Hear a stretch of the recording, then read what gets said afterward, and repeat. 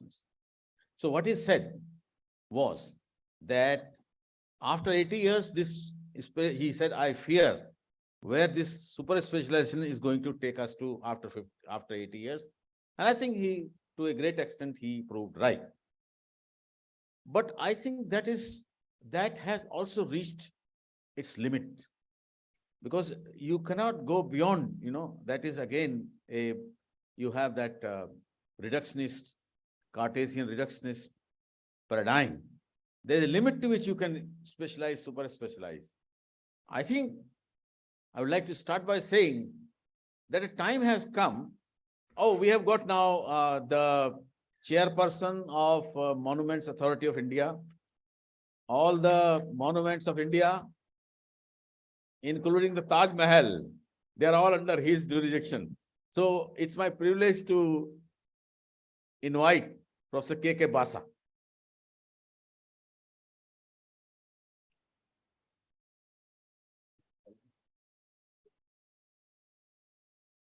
So what I was saying is that I think the table is turning up.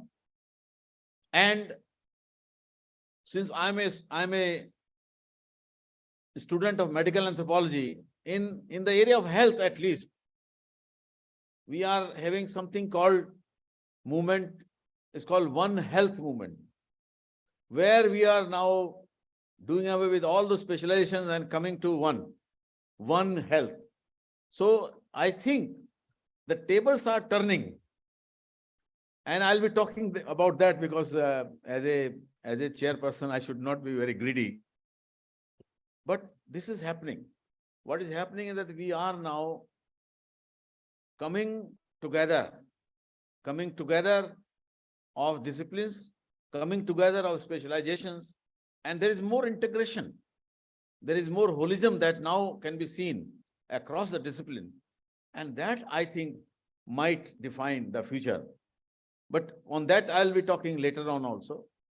But now I would like to invite, we have got a very distinguished panel, and I think this panel is larger than what was expected earlier. So again, we will not be very liberal with the time. So we would like people not to make much introductory speeches, but come to the point, tell us what they see, anthropology in 2047. Tell us what kind of changes they expect. Tell us whether they are looking of more fission or fusion. These are the two very important things that are happening across the discipline. There would be either fission of the disciplines or fusion. I personally would go for fusion, and I think it's a century of fusion, but there may be people who may say that it is a century of fusion. After all, it's only a prediction. We may not be 100% correct, because in 1931, 10 people who made predictions, 8 of them proved wrong. So we may be proved wrong, but there is no harm in envisaging what's going to be tomorrow. And at least if it's a greener pasture for tomorrow, it will make us happy. And that is the topic that we are talking about, happiness and hope. So I invite Professor Behra sir for his presentation. Yeah.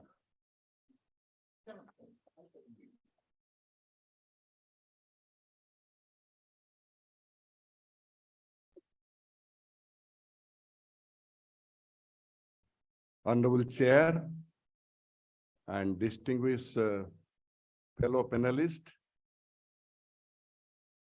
and all participants, overseas participant from India and online participant, our revered guest, dignitaries, luminaries of the dais. So first of all, I've been given 7 minutes time. I would like to touch upon 3-4 important issues. Reimagining anthropology in 2047 means after 24 years, what would be the and future of anthropology. One point somewhere in passing I mentioned during my inaugural function, when I was presenting my lecture, I talked about human science. I think let us think aloud. And how can we introduce this human science at school level, college level, university level, with the principal components of anthropology, but with a different name? Because if you say anthropology, other discipline will also try to, prevent us to achieving that status. But if you say human science, like environmental science has been made compulsory subject at school, college, and university, if you can think of a human science with all major components of anthropology, and if that is introduced in school, college, and university, probably that will create more employment opportunity for our graduate, postgraduate, and those who are with a prefix DR to their name. And then, there are many challenges department, many are shrinking, and so infightings, because this is a closed group, I would not mind to mention. And students' strength is also dropping down. Delhi University may be an exception, and there are some other university then, but most of the departments, the scenario is not very encouraging. How do we address this issue? And also, when you look at the job market, you don't find many jobs, and how we make our graduates, postgraduate employable, that is also a big challenge. And most of the departments do not have good labs. So equipments are not there.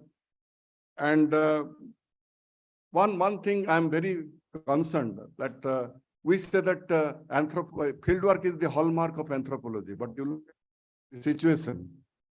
I still remember during my time, we are going to the field 2 times and 1 month each, because my professor, Guru was Professor S.N. Dutt, and his Guru was like Ayappan, and Ayappan's Guru is like Malinowski. So that legacy continued. And we had 2 field works, and each field work of 1 month duration. But now, even 15 days field work is unthinkable. And probably if we want to make our presence felt to other, we should give more importance to the field work. So we must revisit the fieldwork program, and we should revive the old tradition. Otherwise, the subject doesn't have a bright future. And, we should also try to bring in innovation. If you don't innovate, will not exist, will perish. So how do we bring innovation? That is the need. We should also try to, because other disciplines are taking so much from anthropology, but sometimes we have that parochialized tendency that we don't want to learn from other disciplines. This is not good. We should also try to learn from other discipline. Okay, it is very much holistic by nature. And whether, now the other question is that whether we should go for super specialization or generalist. I still remember, Professor Binay Srivastava used to tell, I'm a generalist, Deepak. I don't have any super specialization. What is good?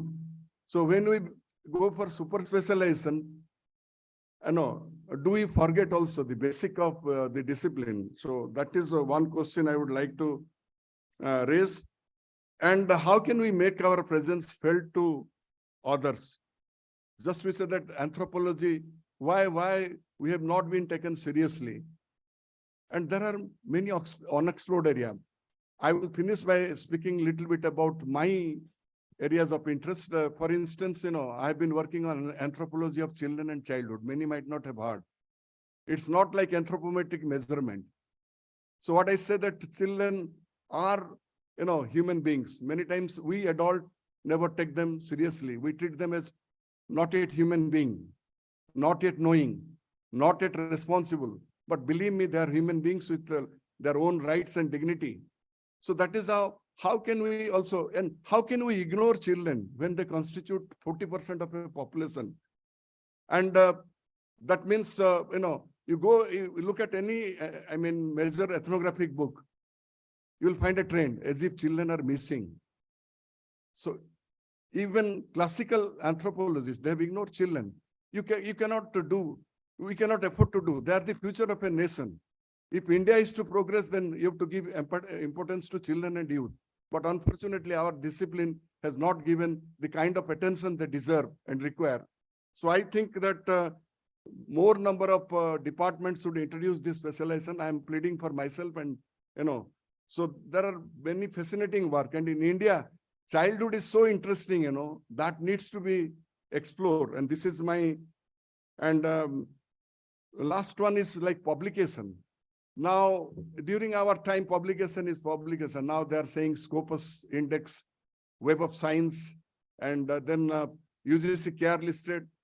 And now students are always, particularly scholar, they are feeling very, burdened. If I don't have publication, then how can I face a job from the competitive market? So that is their concern. So we should teach our student how to write and how to speak. Otherwise, so our students have good communication skill. I don't mean to say that they don't have communication skill, but we should train the new generation of anthropologists in such a way that, do advocacy through their. Very good. What is this?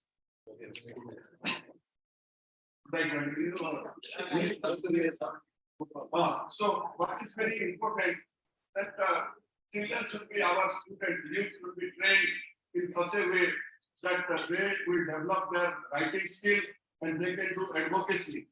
And then, we should also think of making exploration in new areas where there has been no exploration. And then those cutting edges should be identified and the department should think cross area. And then ethnographic, during our time, we used to read ethnographic books because ethnographic provided anthropological insight. But unfortunately, these days, many departments, they don't have ethnography paper. So I suggest that children, our students should be trained accordingly, and they should also be trained how to write good research papers. If they don't, if you don't move in this direction, basically, the discipline will suffer. And how can we make our presence felt to others, and how can, we make our presence felt, particularly policymaker, planner, that is the need of the hour. And when there is so, there are conflicts, war, disaster, then anthropology can play a significant role. Because we must look back at our past and we should learn lessons from the past. And accordingly, we should prepare ourselves, we should take a stock of the current situation, and we should plan for our future.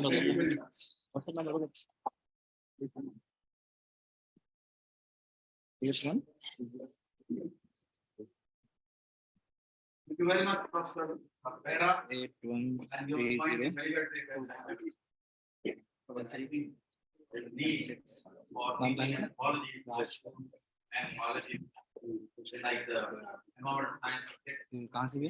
Your position is that human science. I think it is very important the way things are moving globally that we need to take the spirit of morality, peace, brotherhood, tolerance, cultural relativism. I think that is required. We have had in India, not say corporation, country. भेज रहा हूँ open हो गया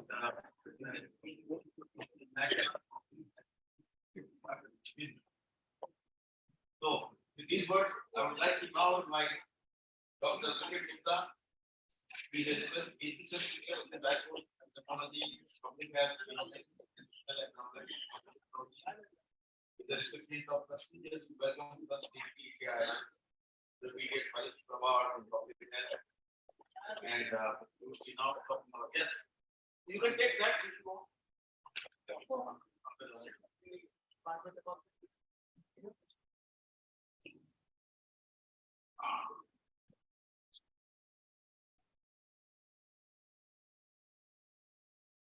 Good afternoon, I respect the chairperson, my teachers, film भाई colleagues, 5 minutes. and political fraternity, senior and colleagues. addition, I say that currently we are living in a very fast changing social environment. And most of the changes, in fact, are driven by technology. In fact, everything is driven by technology now. नहीं कुछ जला And the rate of change in our life is very, very fast. And if you compare from 1990s, when there was no G, we moved to alien era 2000, the 2G and 3G, now we are living 4G, very soon we will move to 5G, wireless network. This is changing our life very, very fast. And these changes will become faster and faster with the advent of, you can say, artificial intelligence in our life. And the environment will change upside down in the next 5 years. I'm sure about it. You'll find that many things we are doing is to Google. I mean, every possible thing you can imagine, we can do that. Artificial intelligence. Now, how about this? Since this is all about anthropology in 2047. So, to predict 2047, we need to understand the current geo-environment, geopolitics, or you can say social dynamics, biological threats in the context of the current human resilience. How much human can adapt? We have our own limits. We cannot adapt again and again for so long. So I think as an anthropologist, we are habitual of thinking that culture is a very sustainable mechanism meant for fulfilling biological needs. And I think because of this technology, I think most of the cherished aspect of our culture may be redundant or obsolete, or maybe extinct in next 1 decade, if not less time. Therefore, this abundance of technology, I think, which is driven by culture, is very threatening to some extent, or dominating due to superhuman powers, and it's challenging the overall human fitness from the front. It's actually challenging the human biology in the end. And I think in next 5 years, we know about old world monkeys and new world monkeys. Now that technology would be old world people and new world people. Anyone born before 2010 will come under the category of old world people. Anyone born in last 10 years may enter into territory or the category of new world people because of the technology. I'm not very pessimistic about technology or negative about technology, but this will going to happen sooner or later. We have to realize this: the amount of data we are feeding in every aspect of our life to some space which is controlled by some other people, unknown people, or maybe some companies. I think that is something going to be, you can say, politically control the human population around the globe. So this is a challenge I see in 2047, which so what is the benefit for anthropology? One thing which is very clear, which is a very powerful tool, even 2040, even today, and even 2047, is the data. Once anybody is having the data, is actually exerting the power. And this is a good thing about anthropologists. So anthropologists are very good in data collection. And it is not just data. It is all about quality data. Because if we have to predict the future with high level of, you can say, precision or statistical certainty, then we need to collect high quality data. All the anthropologists are known for getting quality data, but we need to improvise upon those strategies. I think the anthropologist, to some extent, must start working in a defensive mode. I'm saying this because there are few things once we are predicting future, we have to prepare in a defensive mode, that what we need to do in next 10 years or 5 years down the line. And it is high time, I think, to start a biosocial peopling of India. We have one peopling of India project happened in last. And so therefore, in order to prepare the future, anthropologists need data on long-term perspective on people's life. We have to include parents, children, everybody in the household, so that we get the experience of all the generation within the households. So anthropologists with ownership of quality of data, I think this will be the challenge. And if we can take the challenge, we will be in a better mode to meet the future of 2047. Thank you.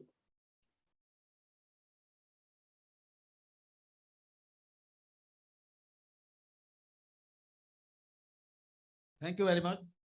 I think we deserve to have a long keynote address by him, because he has touched upon so many very, very valuable points, very, very valuable points.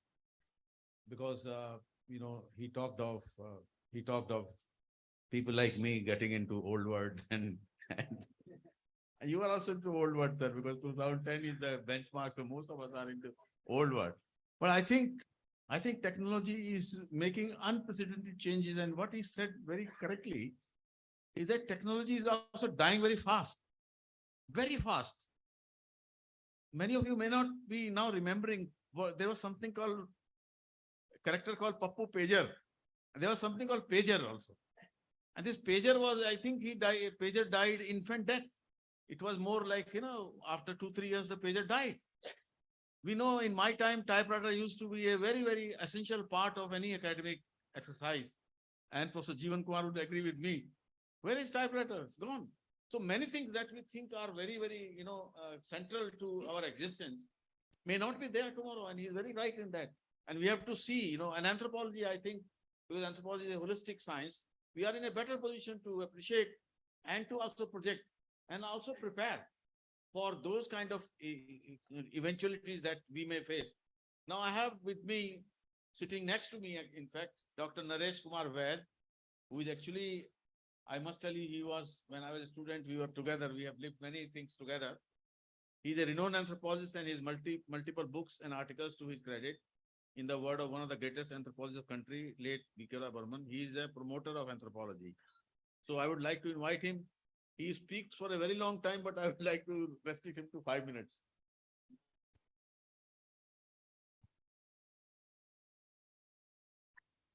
First thing, the comparer and Joshi sir and the day before yesterday, the way you introduced me, I do not know I have all these qualities. Please give me a copy of that. Oh, I'm sorry, I didn't. Hmm? I'm not an academic and I'm just an outsider. Insider, outsider, you can say. And I'm nobody to advise the anthropologists about what to do. But I'll advise everyone to read 2 books, which were the product of 2 seminars. One was in 2013, The End of Anthropology. And the second was in 2021, I think, Why the World Needs Anthropologists. Both can.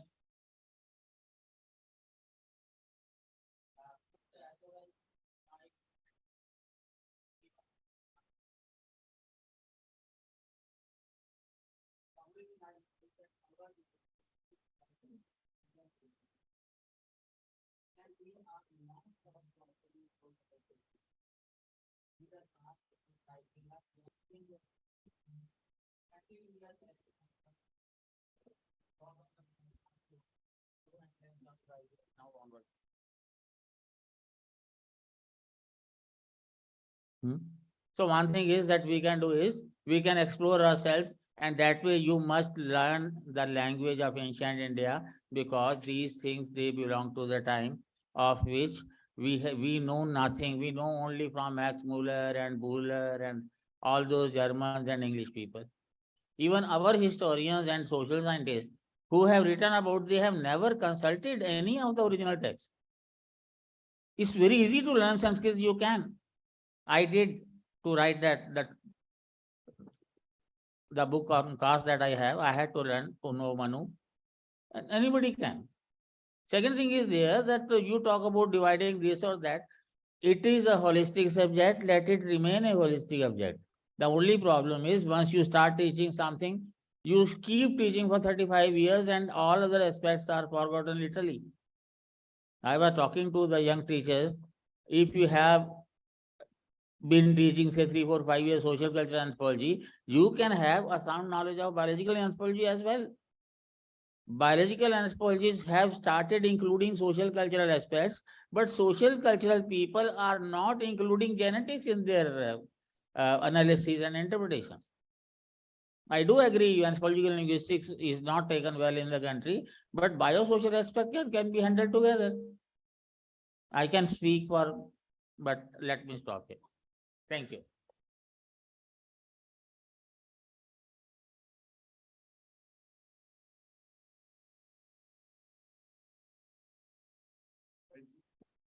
Thank you very much, Dr. Vaid. I think you said so many things within that limited time.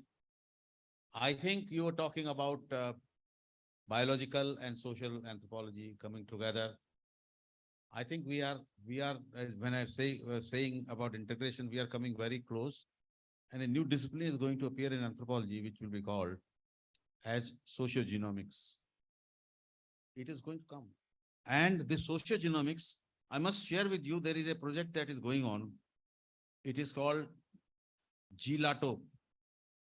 GLATO is Genomics Language Together. And it's a consortium project, like Vipin is being used to those consortiums. And they have found that genes and language, they go together 80% of the time. 80%. The 20% is different, they go together. Now, this group is also has also worked on music genes. So the immense possibilities are now coming up. So sociobiology is a thing of the past. It's a sociogenomics. That is the future of anthropology.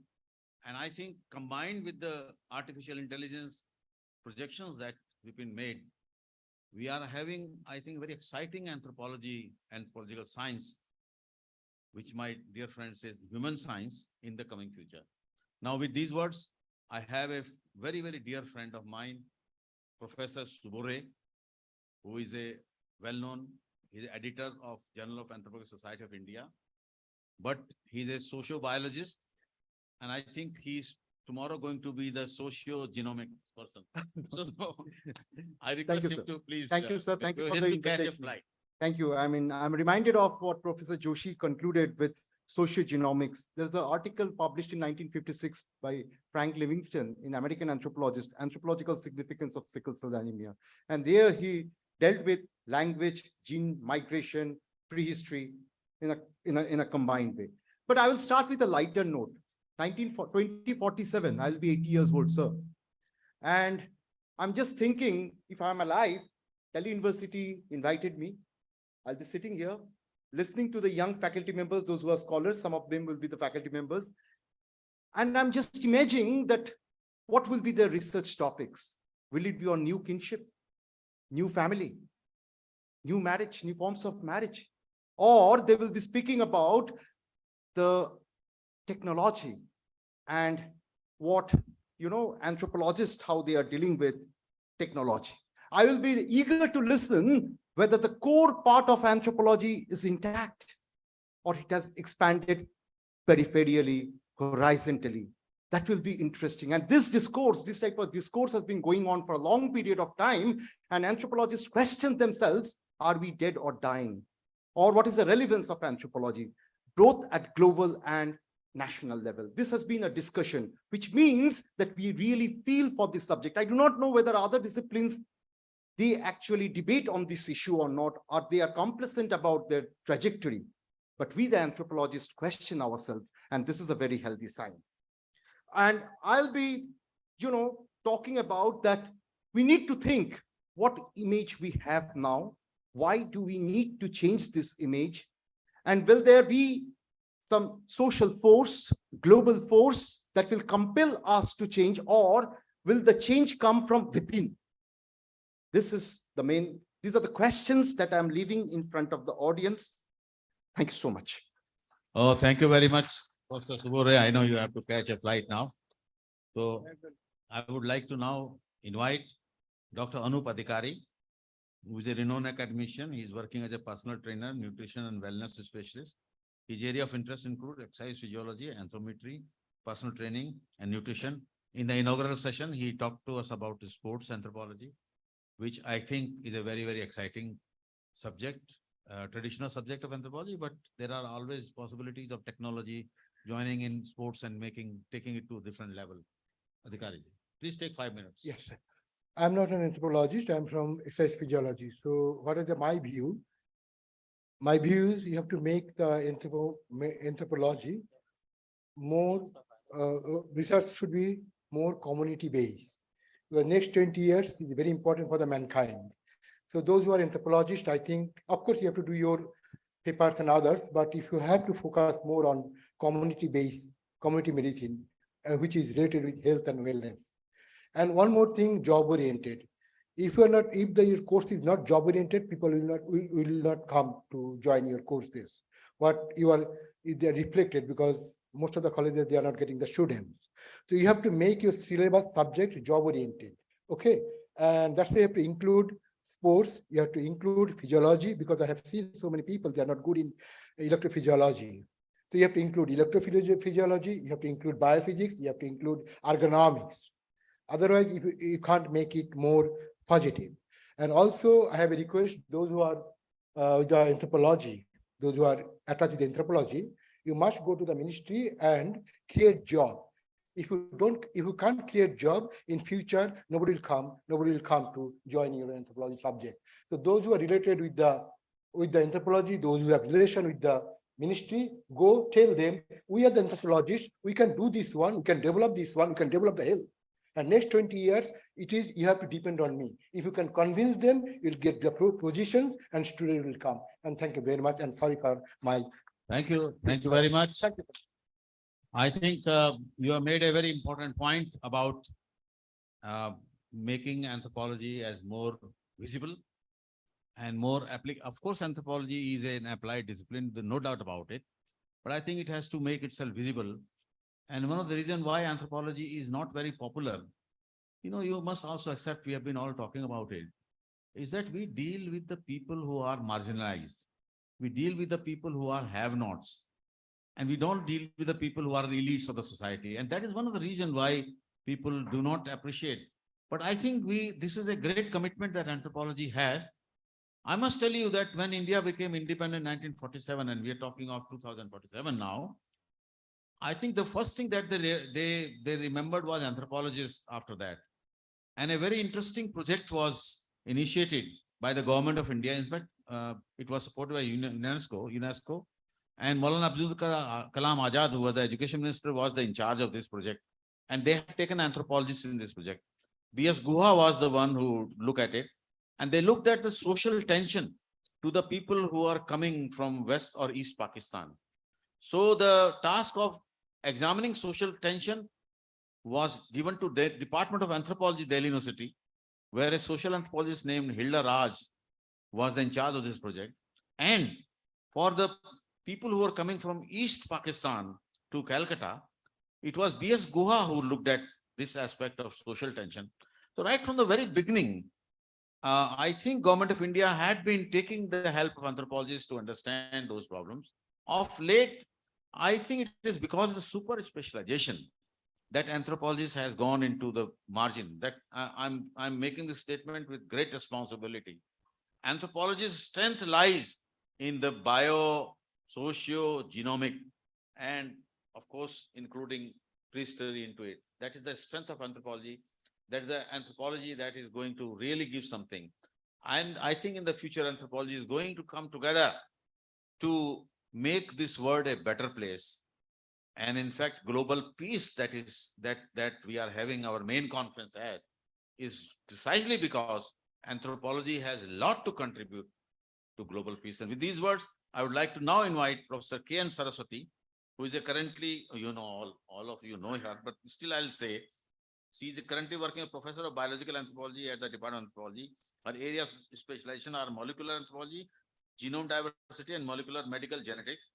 She has completed her postdoctoral research in molecular genetics at Albert Einstein College of Medicine, New York, and her MPhil and PhD from Department of Anthropology, University of Delhi. Till now, she has been principal and co-principal investigator of 20 research projects worth more than 6 crores in the field of molecular and genetic anthropology, funded by government bodies like the DBT, DST, ICMR, etc. She has published more than 160 research papers in prestigious national and international journals. Please be precise because I know you will be speaking very long. Take 5 minutes.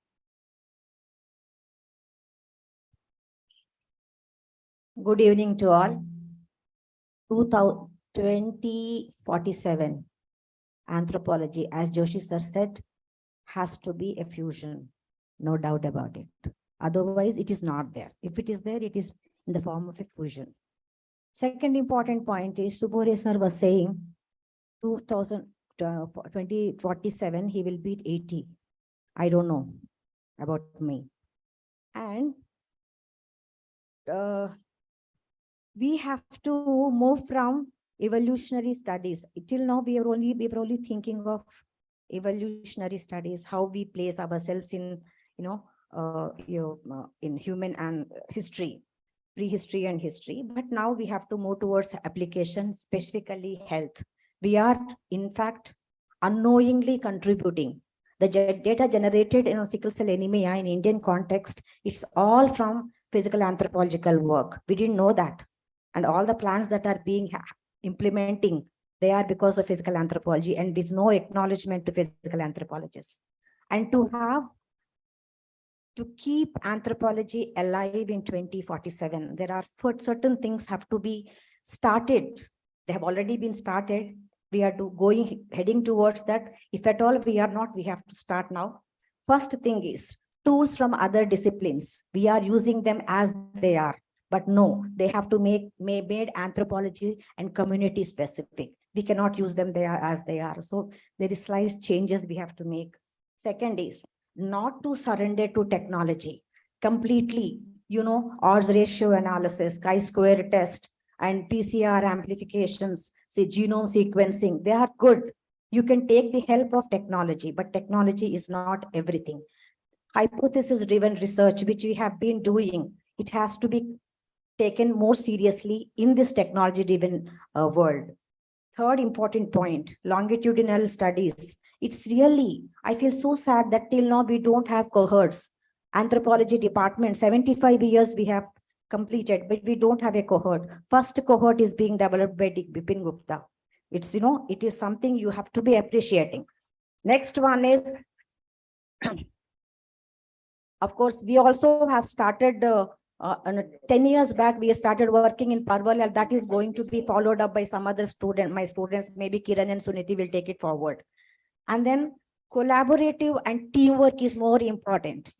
Anthropology is unified even today. It will be unified even tomorrow and day after tomorrow. But anthropologists only are divided.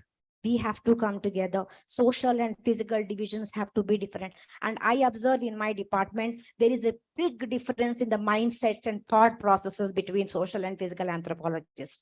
And people are saying biosocial anthropologists. I slightly want to correct it. When you talk of social anthropology, we are talking of economic status, literacy. Again, they are, they are measurable things. Culture is something different. It should be more of biocultural aspect for anthropologists more than biosocial, because culture is something you cannot really measure, or but it is having a lot of impact on your biology. So biocultural studies should be conducted. Then, and you have to if you have to develop good teams and collaborative work, emotional coefficient has to be developed. IQ is no more important now. And most importantly, for everything, any research, money is important. You should look for funding agencies and attract money, support your students and give them money to work. Without money these days, no students would be interested in research. Thank you so much. Thank you very much, Professor Saraswati, for your projections. And well, I think now I would like to invite Professor R.P. Mitra. R.P. Mitra was trained in Social Anthropology, University of Delhi, and his area of interest are tribal and peasant studies, culture and development, crime against women, mental health, ecology and development. I can add medical anthropology and psychological anthropology here. He has worked as a research fellow in Institute of Human Behavior and Life Sciences. He has completed a research project on evaluation of conservation cum development plan for the Bharia community of Madhya Pradesh, funded by Department of Tribal Welfare, Government of Madhya Pradesh, and currently investigating a project on crime against women in India, funded by BPRD, Ministry of Home Affairs, Government of India. Professor Mitra. Thank you so much, sir. Good afternoon, all. Professor Shubho Ray said that,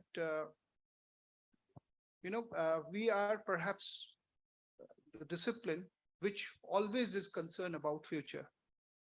And if you talk about what is special about human beings, one thing which is so distinct about human being is we talk about our future. So as we are the most advanced, so the analogy I draw is anthropology is the most advanced subject because it talks so frequently about its future. Now, you see, when we talk about future, we have to understand it from the perspective of the present. It is what we are doing in the present is going to what tell us about what will be anthropology in 2047. Now, if you look at what is happening in anthropology, and many of the speakers before me, including Joshi sir, spoke about what is called as differentiation and specialization in the discipline. Now, I remember a phrase which Professor Srivastava used to quote, that when we talk about specialization without integration leads to disintegration.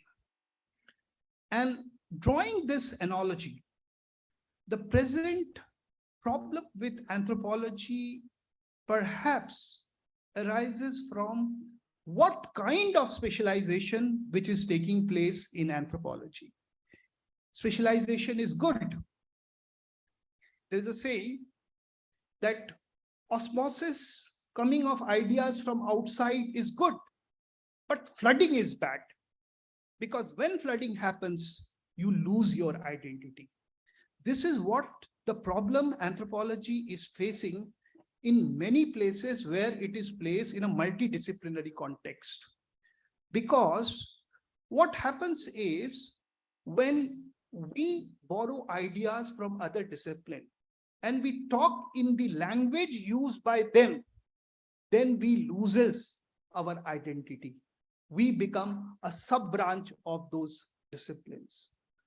We have to look at this specialization with coming back to what is core central concern of anthropology. Drawing methods from outside is good, but drawing methods from outside and telling them what they know is not good. We have to say what is new, what is important. Now, my second thing which is related to the present and which is going to be important for the future is that what we do is done by people from other disciplines also. So if we talk about, we talk about anthropology of kinship. To understand the future, we have to understand kinship of anthropology. What I mean to say is how anthropology relates to other disciplines and how anthropology talks about what others are talks about using a different perspective, a different orientation. Now, the third thing which I touched upon is, I said what is central, what is core to anthropology. I'm again reminded of Professor Srivastava. There are 4 things which he said, which are specific to anthropology. The first, whether we are doing physical anthropology, social anthropology, and archaeological anthropology, is that we are world observer. We are an empirical discipline. We don't look at a phenomena by just at the lab. Second, we are a world interpreter. We not only study empirically, we try to understand using the Weberian approach what meaning people ascribe to it, thereby try to understand what is the etic, what is the emic perspective. Third, we are a world comparativist. By this we mean not only we study, we also compare. We don't remain cocooned in what we have studied. And finally, we are world imaginer. That means we are futuristic in our orientation. These are the 4 trends which are going to become central when we talk about role of anthropology. In the future, anthropologists will be called upon to look at the important crisis people are facing in the contemporary time, communities are facing. People have touched about technology. We have to look at how technological changes are changing our social world. Now, here is a problem here. We have always been concerned with what is called as, looking at stability. We have been looking at, our models have been looking at equilibrium. we have to move out of this and look at pain, suffering. We have to look at what people are going through. We have to address the social problems. And these social problems cannot be addressed through what we have been following as cultural relativism. We have to move from cultural relativism, which is a very important part of our methodology, to a more moral kind of stand about the issue. Anthropology has to become more problem-oriented. It has to look at the universal needs of people. It has to address the global and local relationship. And this is what is going to be significant if we are talking about anthropology in 2050. Thank you so much. Thank you very much, Professor Mitra, for your very erudite address. Now I have a pleasure to invite one of the very, very distinguished anthropologists from Central India, Professor Mitasri Mitra. She's an eminent stature in the field of anthropology. She is currently serving as nominated member of the National Subcommittee on Biomedical Anthropology of Anthropology of India. She is also a member of the Executive Council and academic advisor to Indira Gandhi Rashtriya Manav Sangrahalaya, Ministry of Culture, Bhopal, and Government of India. She received her MSc and PhD degree in anthropology from Pandit Ravi Shankar Shukla University, Raipur. She started her career as a lecturer in anthropology in the same university in 1984. She is a professor and former chairperson of a School of Studies in Anthropology, coordinator of Center for Integrated Tribal Studies, head of the School of Regional Study and Research, member secretary of IEC for Human Research, chairperson of IPR Cell, dean of Faculty of Life Science, member of the Executive Council, and so on. I have a pleasure to invite you. Dignitaries on the dais and off the dais. The earlier speakers make my points very easy because most of the points they have covered. So my task probably it is not for 5 minutes also. What I would like to convey to all of you in a very simple word, that is, we should not leave the hope and we should have a confidence on us. What we do with confidence, naturally it gives result to the others. Because sometimes we, as a teacher in the anthropology field, I saw that everybody is putting negative things to the mind of the students also. So it actually gives not much opportunity to explore their potential also. So please, my humble request to all the students that be very optimistic, be very positive, do whatever you want to do in anthropology, whether it is social or physical or the prehistoric archaeology, but do it with your full potential as well as explore its full opportunity also. Because it is with my own experience, I am telling you that my father has admitted me in the chemistry MSc and I left him. And for a long period of time, everybody was asking me that why you are very poor student, probably that's you have taken the anthropology. But but I thought that I will do something, whether it is big or not, I do not know, but it is up to my satisfaction what I have done in my life in the field of anthropology. So this is first thing I would like to convey you, not very technical thing, but please apply in throughout your life in all the field of the discipline. I understand that our discipline is a very dynamic one. It is not a static discipline. So naturally it undergoes changes. So we have to adapt with those changes also. If we see that if we think that we will live with the core of the anthropology, which taught in the earlier days in the books, what have been written, yes, we have to stand on that. But we must also try to bring in the new dimension in it. If we see our new education policy, there is lots of things which anthropologists can explore. And we must focus on that for the futuristic purpose. That is job-oriented also, and it is to understand our own culture also, our cultural heritage also. I do agree with the beginning of the Professor Joshi, that health is wealth. And health anthropology is, or the medical anthropology is the theme where we can integrate all of us. So integration is the very important thing, but we should not actually talk only about the integration. We must do it and show the example that how we have integrated our anthropology. And with this integration and what these current days and in current era is going on, and especially on the ecology or the environmental science, or the theme of this seminar is also on that.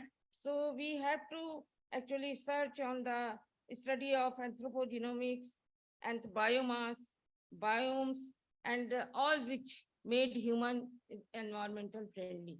And if we focus on that, naturally, the future of our students or the scholars will be based on that, because these are the applied field. There is lot to say, but I have to stop it here. Thank you for giving me this opportunity. Thank you very much. Thank you very much for this very, very important talk that you gave.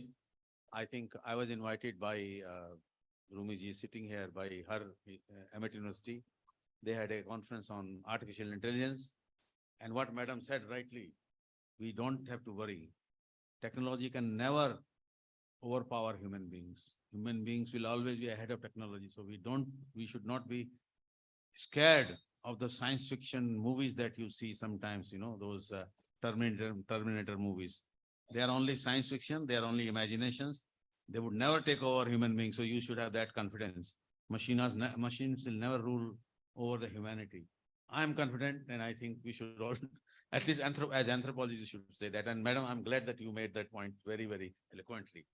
I have now another person, very, very distinguished professor, an encyclopedia of biological anthropology.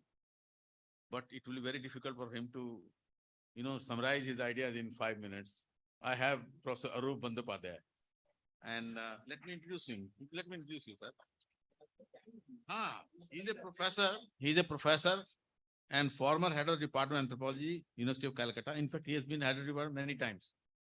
He did MPhil and PhD from University of Calcutta, India. He's a recipient of UGC Research Fellow, Merit Award, Young Scientist Award. He was the president of Anthropological and Behavioral Science section of Indian Science Congress in its centenary year. He received 7 national extramural research grants as principal investigator, including a grant from British Council for collaboration with the Roslin Institute, University of Edinburgh, UK. He published more than 100 anthropological research articles in national and international journals on evolutionary biology, forensic anthropology, dental anthropology, public health in relation to medical genetics, cytogenetics, and anthropometry of non-communicable disease, dermatographics in medical and psychiatric disorders, and population genetics and human rights issues, and many, many more.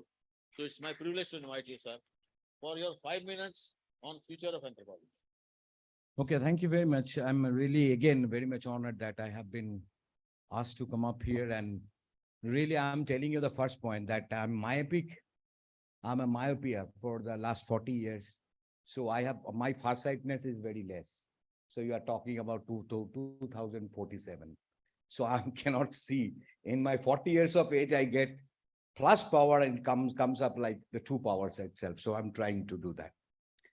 And most point of this, what I would like to make that everybody, the last point, Professor Joshi is a dealer of the card. I was thinking because we are 10%, so my chance probability will be 1 in 10, right? Because a pack of card, you can think of 1 in 10. So I was thinking that when my chance will be coming, because I have to remember the people who have said. That was a kind of thing. Now about the reimagination. So I feel the best reimagination or imagination is the dream. That what once upon a time, our President Abul Kalam has said about the dream. So the dream can be that you sitting down or you can sleep, the dream. So sometimes in the trance stages, the dreams are coming. For example, there are lots of examples about the dreaming. For example, coming up the structure of the benzene by the kekule in the trance stage, by the snakes and all. So I think as anthropology is not a very much substantive, it's not absolute.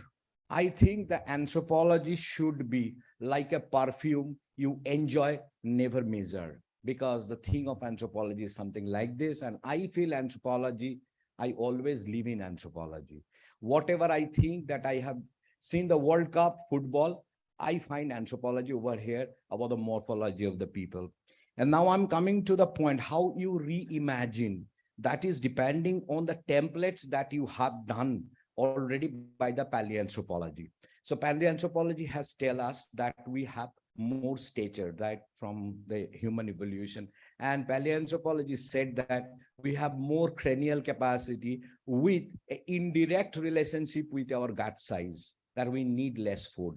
But we don't believe that we really get the less food.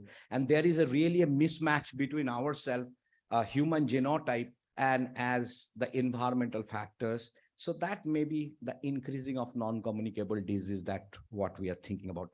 And there are some kind of mismatches also, like the infrastructural incursions with the natural world, because the human population is increasing, resources are decreasing. So this is again a mismatch. And also we have already, I find that Professor Subharai said about the Livingstone, yes, that the culture changes the biology, agriculture changes our hemoglobinopathies. And somehow or other, I was talking right now about how culture changes the biology. For example, lactose intolerance in of some kind of small population we have Toda with us, that the food taboo. And in the whole world, we find that there is an incest taboo. Now I'm coming to, just going to be finished because I need to make some quote of the point. Professor Joshi said about the Arthur Keith, right? I'm talking about the Arthur Conan Doyle, because Arthur Conan Doyle is from unknown to the known. That is the main motto of the anthropology, from unknown to the known. And also I remember the sociogenomics that you have talked about. Really, sir, I'm telling you, this is there already, which is called genes and the society, because otherwise it was maybe 100 years back, it was eugenics. Now we converted it as a genetic counseling. That is non-directional. We have lots of options. Now I would like to end up with the two things. It's coming up with the thing as a technology and the science. So right now, I used to give this example, and this example I find and very interesting. I am speaking with this mic. If I ask every here why I am using this one, I feel 100 out of 100 can say for what reason you are using. But if I ask how it is working, I feel very few people can say how it is working, and that is science. And technology is why. So the point is this. We need technology. The science is a repetitive that we can repeat, but the technology should be very much age specific and also spatial and the time dimension. That we have technology, for example, the PCR. The PCR was 10 years back, the PCR right now is a PCR. Anyway, so the technology is very much needed. So many things are very much important. We need some kind of braiding knowledge. That's a parallel knowledge between the indigenous knowledge and the current knowledge. So we have to have this kind of braiding knowledge. So I have a very good dream for the anthropology, really. Yes, job is very much important. Everything is important. Laboratory is important, but we need fresh minds. So these fresh minds will be coming with the interaction. And I finish my talk right here with just a quote from Buddhism: attach to nothing, connect to everything. Thank you so much. Thank you very much. Thank you very much, Professor Arup Bandyopadhyay. Now I have a privilege to invite a very distinguished professor from North India, Professor Sukh Mohinder Singh Chahal. He was a professor in the Department of Human Genetics, Punjab University, Patiala. He completed his master's in anthropology from University of Delhi, followed by Commonwealth Scholarship by the UK government. And he worked in northeast of England in University of Newcastle upon Tyne with more than 70 publications in reputed journals. He introduced the demonstration of electrophoretic typing of various polymorphic red cell enzymes. As part of various research projects, he actively participated in a number of anthropological fieldworks in the states of Himachal Pradesh, Uttarakhand, Haryana, Rajasthan, and Punjab, and studied a large number of different endogamous caste tribal groups. providing massive database on a battery of red cell enzyme polymorphism, hemoglobin types, and ABO and RHD blood groups on people of North and Northwest India. So it's my privilege to invite Professor Sukhmander Singh Chahal. Thank you, Professor Joshi, and everyone sitting on the dais, honorable persons, and off the dais. You see, my humble submission is that in the next 45 years, the Indian population is to become as homogeneous as in Europe. India has this distinction of having a great diversity in its racial, linguistic, social, and genetic structure. This will vanish.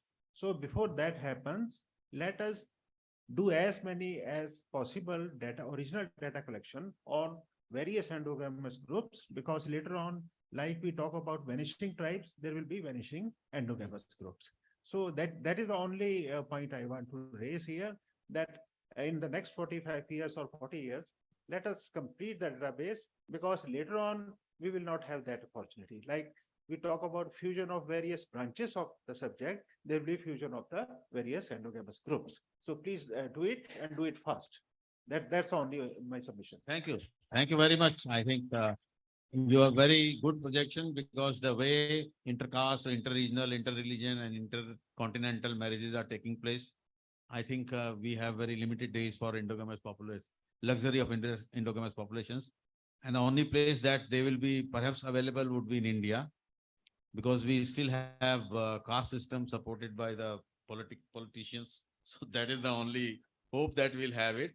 Now I would like to invite another very distinguished professor, Professor Vijay Sahai. He is the editor of Orientalist, a very, very prestigious journal. He had Oriental anthropologist. He's trained in Ranchi, and then he taught for whole his life in Allahabad University. He's the main founder of Allahabad University, and now he's an emeritus professor, but a very, very vocal and very, very well-known voice of anthropologists in our country. So it's my pleasure to invite you, sir. And I'll again put the restrictions of 5 minutes. Yeah, maybe less than 5 minutes. Thank you, Professor Joshi, and good evening to all.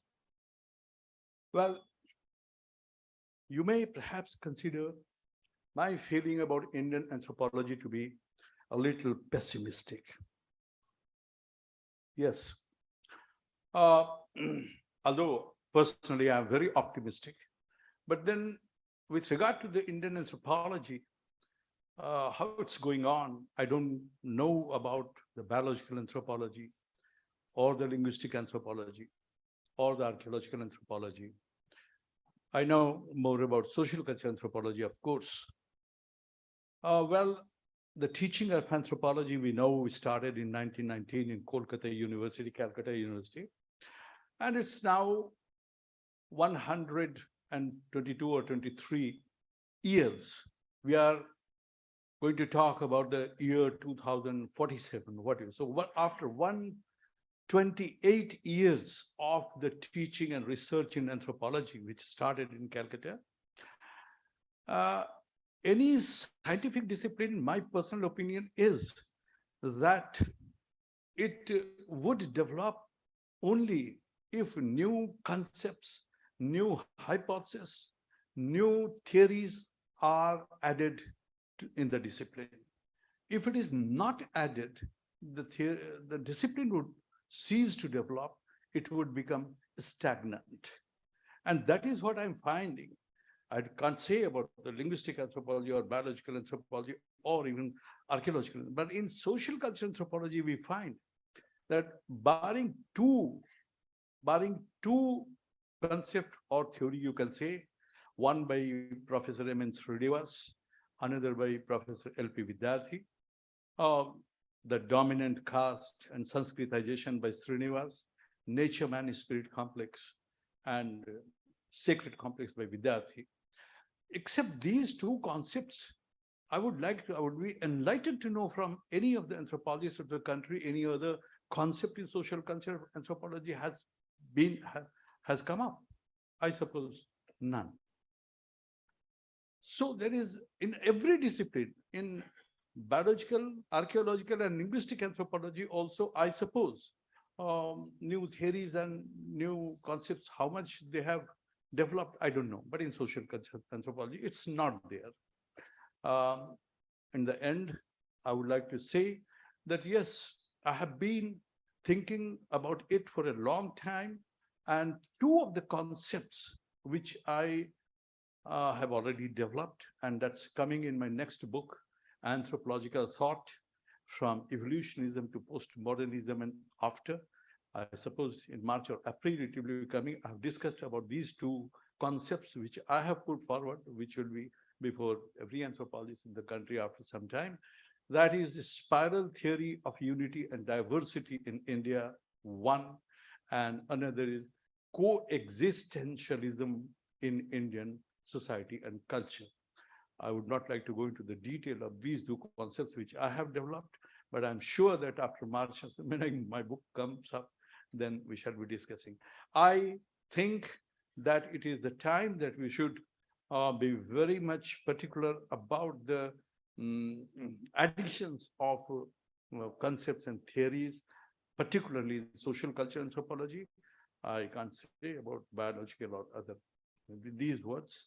I just appeal to the young students of Delhi University that they should also try to develop some hypotheses, some concepts, and some theories in their research. Thank you. Thank you very much, Professor Vijay Sahai. Well, I just would like to mention here, you're very right, I agree with you, that for the first time, I think a Nobel Prize has come to anthropology this year itself, to Pavo. Seven. Garjusek also, Garjusek, but for Kuru, and this is the second, and this year, so it's a matter of great celebration. I think many more Nobel Prizes are going to come, at least from social anthropology. There should be a prize in word peace that will come, and I think some of you sitting here may get that prize for us. So I hope by 2047, from Department of Anthropology, the University, or from Indian Anthropology, some Nobel Prize is coming. I know Dr. Saraswati is trying very hard. So, we have with us a very distinguished anthropologist of our country who would actually be speaking when we have valedictory, but I think he can't prevent me from introducing himself. So, because I must tell you, he's the most decorated anthropologist of our country. Like you have in army, you have those generals with all the stars. He's somebody who is having the most decorations, and I'll read those decorations, Well, right now he's in a position where I think never any anthropologist has come. I think you're the first anthropologist to occupy that chairpersonship of the Monument Authority of India, which is a very, very prestigious position that he's occupying. Prior to that, he was the Vice Chancellor of Maharaja Sri Ram Chandra Bhanjadev University, Baripada, Odisha. And before that, he was the Director of Indira Gandhi Rashtriya Manav Sangrahalaya, Bhopal, Ministry of Culture, Director of Indian Museum, Kolkata,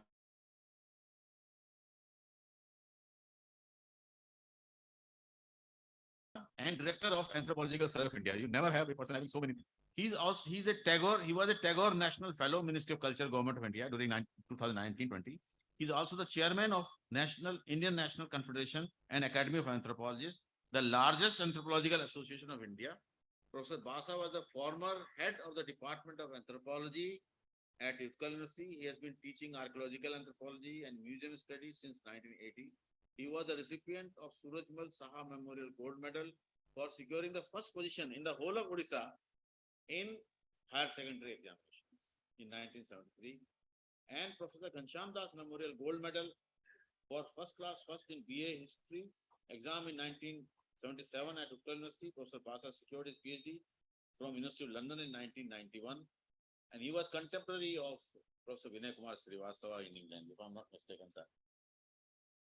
And I knew about him from Professor Vinay Srivastava. He was a Commonwealth Postdoctoral Academic Staff Fellow at the University of Cambridge and was a recipient of Indo-French Cultural Exchange Fellowship in 1997. So that is just the salient points about his achievements.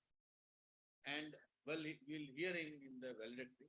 But before I come to my final points, I would like to give mic to my dear friend. No, he will not speak. To Behra sir. You can speak. Thank you very much. What a pleasure it is to be amidst such distinguished luminaries. And everyone has said, touch upon many important points. Few points I would like to touch upon. The one which was mentioned by Professor Sahib a couple of minutes back. Still, we have that legacy, we still follow the British legacy. And so far, there has been no emergence of Indian anthropology. Probably UIF is a platform that oppose the domination of overseas anthropologists.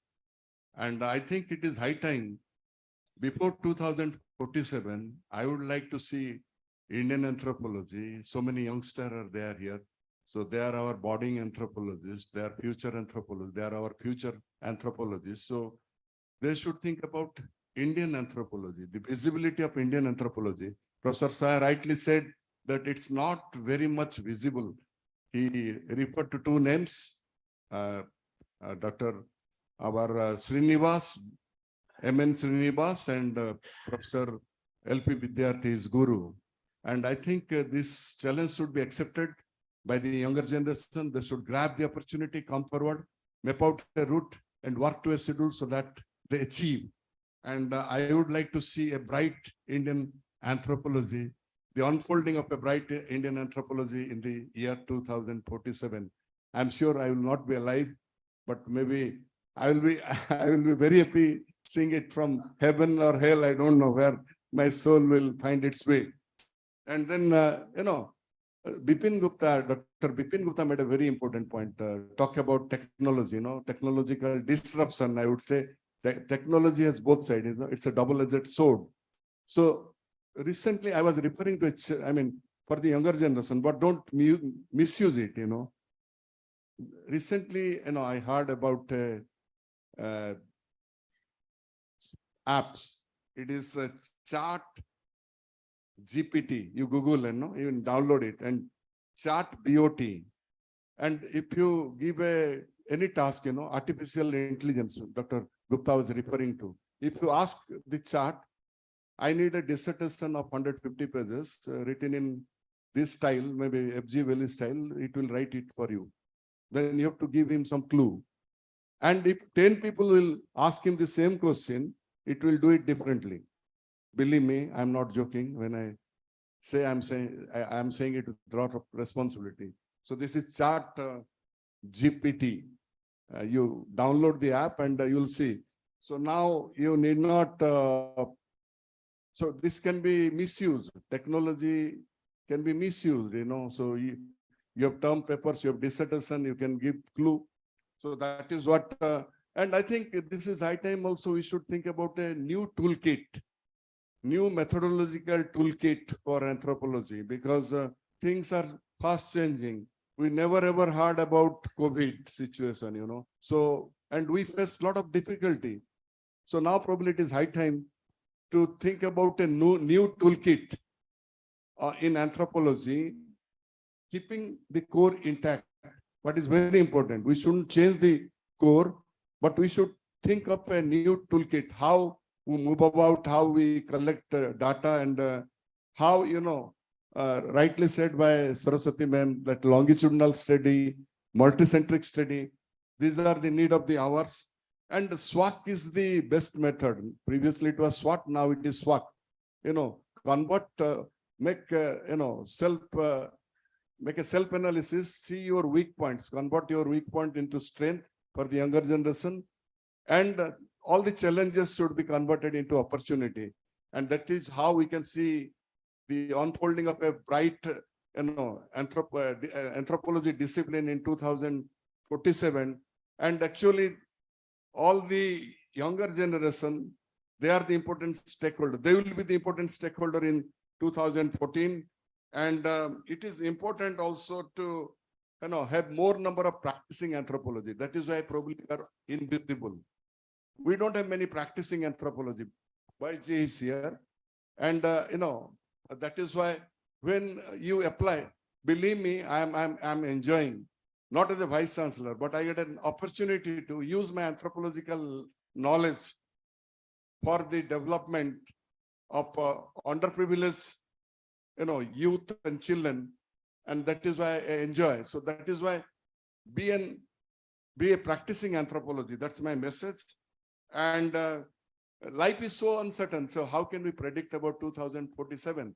I'm not sure whether what is going to happen in next 24 hours. So when we are making prediction, we should make prediction with a hope that this discipline has a brighter future and the discipline will rise because human science is the only answer, I've already said.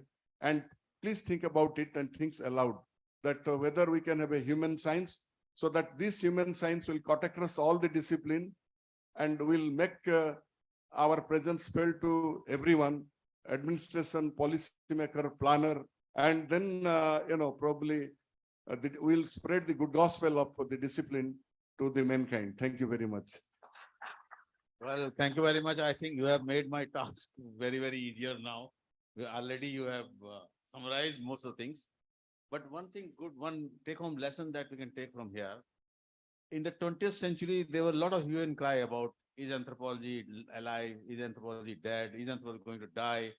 You have all kinds of things, all kinds of pessimistic things happening in the 20th century. And in fact, I was also party to one of that discussion where we talk, is anthropology going to live? I think today, if I take home a point from all the people who have talked about, is that we have come from despair to hope. We have come from pessimism to optimism. And there is a lot of hope that we have for the future, at least 2047. Anthropology, I think anthropology has a much, much brighter future that we can't even imagine. And it is this hope, it is the optimism, it is the positive thinking that the anthropologists have today that is reflected in today's round table. I think that is what is going to these young minds. And therefore, I think when we are talking of 2047, I can say, I may not be there, but then I can say with great hope that things will be far, far better.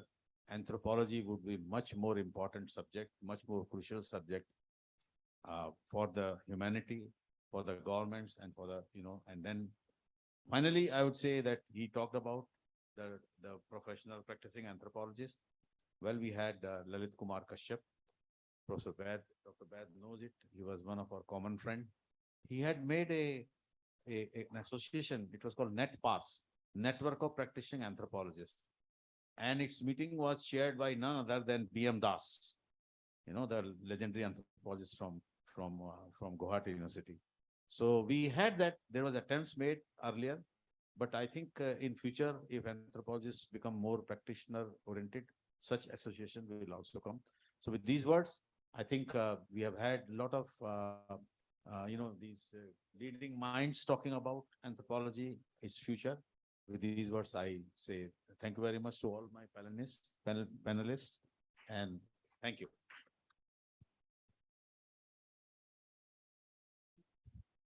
Thank you, sir. Thank you for this wonderful takeaway with such 2047 reimaginations indeed. Now we have a small token of love from our end. We would request Professor Romi Dev to honor the chairperson, Professor P.C. Joshi, with a small token of love.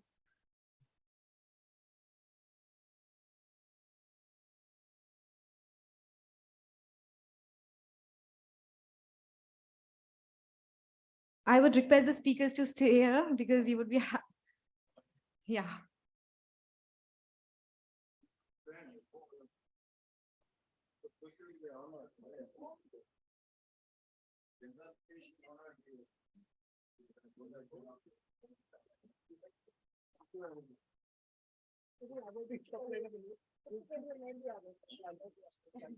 Next we call Dr. Shivani Chandel.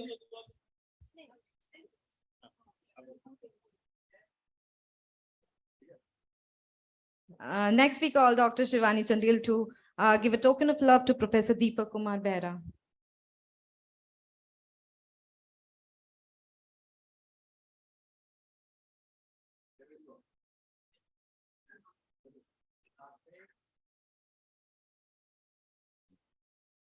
We would like to call Professor P.R. Mondal to honor Professor Mitashu Mitra.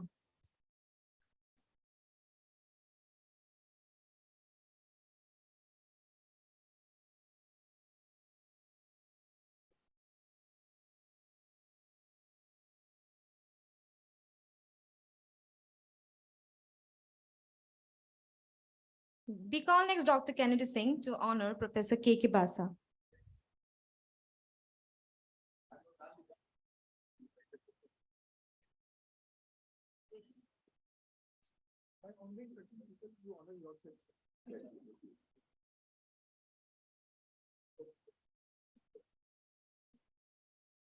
We would request our head of the department, Professor M.P. Sachdeva, to honor Professor Vijay Sahai.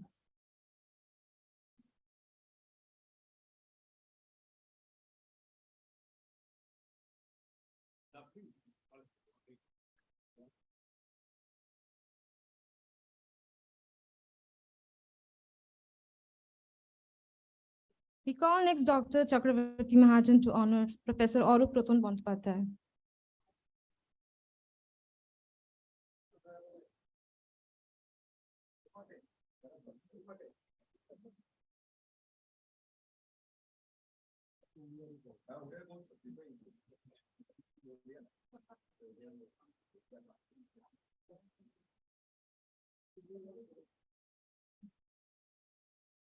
We call next Dr. Gagandeep Korwalia to honor Professor SMS Chahal.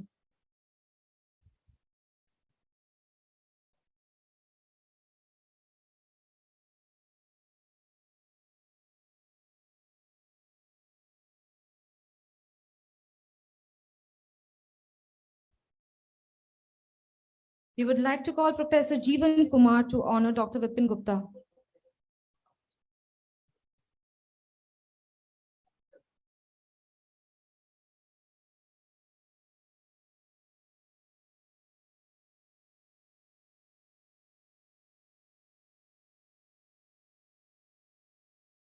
We would request Dr. Avitoli Jimo to honor Professor K.N. Saraswati.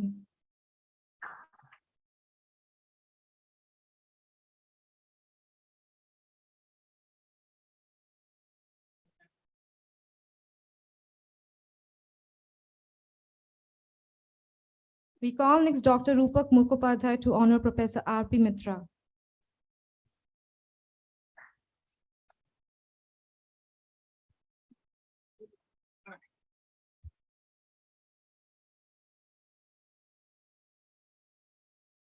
We call next Dr. Dolly Florence to honor Dr. Naresh Ved.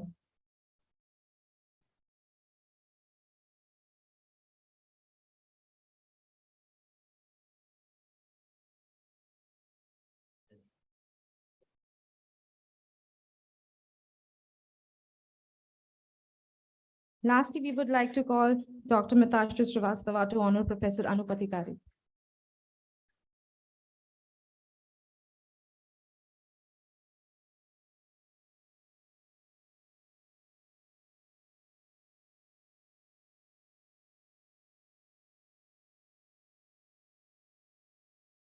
Thank you, everyone. With this, we conclude the session. And before moving forward to the valedictory session, we would like you all to join us for tea. Thank you.